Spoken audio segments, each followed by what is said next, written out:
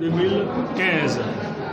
Il se trouve que pour l'année 2020, il y avait 66 pays à travers le monde qui ont rejoint ce programme.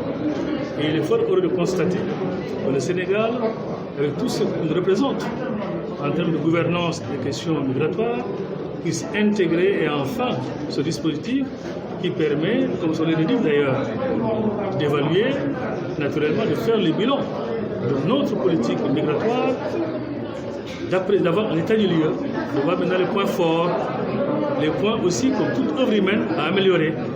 Et je pense que je suis tout heureux de venir aujourd'hui, au nom du ministre Amadou Ba, ministre des Affaires étrangères du Sénégal et de l'extérieur,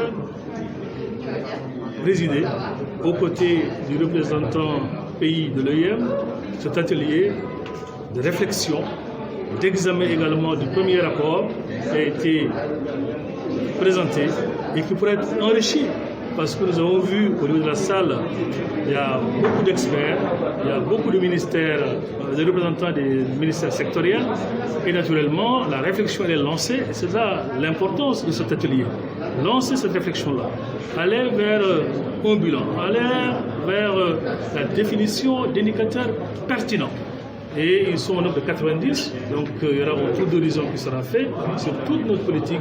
Et comme je l'ai dit une fois de plus, d'avoir un état des lieux qui pourra nous servir de consolider, d'affiner davantage certaines politiques publiques sur la thématique migratoire et de voir aussi les axes d'amélioration où il faudra, dans le cadre de la relance, mettre l'accent de manière à ce que notre pays puisse continuer à être cité parmi les pays qui allient à la fois migration, gouvernance et développement. Il y a beaucoup de choses qui ont été faites dans ce domaine au Sénégal. Mais comme je dis, la réflexion elle doit continuer.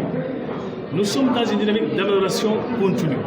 Il faut toujours évaluer. Et c'est extrêmement important. Et la meilleure manière d'évaluer, c'est d'avoir des indicateurs de performance.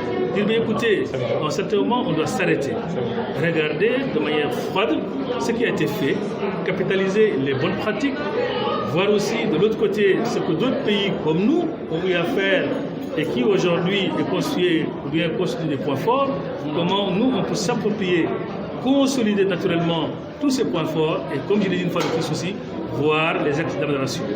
Mais ce travail doit être un travail inclusif, participatif. Et je pense qu'avec la présentation, on a vu effectivement qu'il y a pas mal de points, et des points extrêmement importants de notre politique qui n'ont pas été intégrés. C'est la raison pour laquelle j'ai dit on ne va pas se presser pour aller à une validation. On va prendre le temps, partager le maximum, intégrer toutes les questions pertinentes, intégrer tous les acquis, toutes les politiques qui ont été mises en œuvre depuis. Et ça nous permet naturellement de donner un document qui reflète la situation réelle du Sénégal.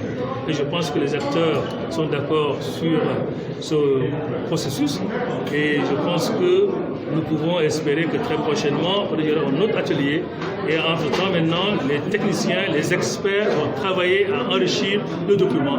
Mais ce qu'il faut retenir, je pense que c'est un élément extrêmement important parce que le point de départ d'une situation et voir le Sénégal intégrer ce programme aussi, je m'en réjouis parce que quand même c'est le 66e, 67e pays à travers le monde. Donc c'est toujours important, nous sommes dans le top 100 et le Sénégal n'a jamais été, en tout cas derrière, surtout dans des politiques qui visent naturellement à mieux prendre en charge et sa diaspora, mais aussi à mieux gérer la problématique migratoire, qu'elle soit la migration interne d'ailleurs, comme celle qui concerne directement nos compatriotes qui sont dans la diaspora.